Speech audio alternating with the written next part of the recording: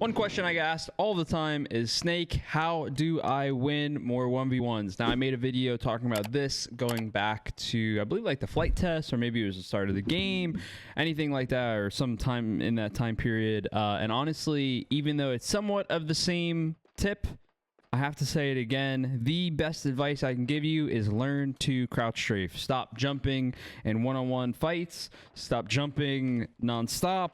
Whatever it needs to be. When you're in a one-on-one and you're going to take a battle, I absolutely promise you that the more you crouch, the more 1v1s you're going to win.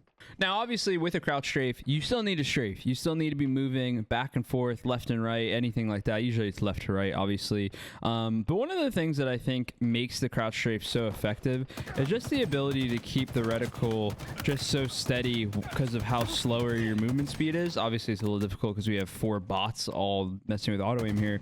But when you do this, and your speed gets higher and you jump, it just starts adding so many different variables into your 1v1. And with the crouch strafe, and something that every player I'd say is doing nowadays, it makes it so difficult to miss. It makes it so that your reticle is so steadily placed.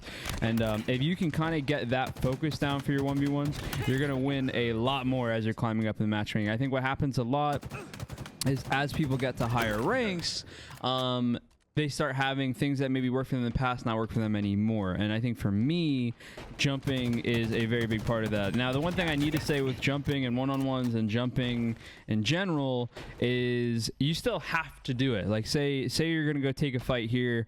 There's a guy over at screens. You still have to jump over this way, you know, towards key door, sorry. You still have to jump over to fight. But then when you're in this fight, you'll be crouch strafing compared to kind of the old H3 reach method, which was it was really just kind of jump. It was jumping was key, you know.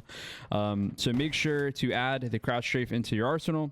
Make sure you're throwing it into every 1v1. And my best advice that I always give people is practice it more than you think you have to. Every fight you start taking for at least like a day, just crouch strafe over and over and over again. And eventually it'll feel natural, and eventually it'll just implement into your gameplay just very, very smoothly, where you won't even have to think about it. I hope you find this useful. I hope you win a lot more of your 1v1s going forward, and I hope you enjoy the games. Thank you so much for watching. Leave a like on the video if it helped you out. And as always, I'll catch you in the next one. Peace out.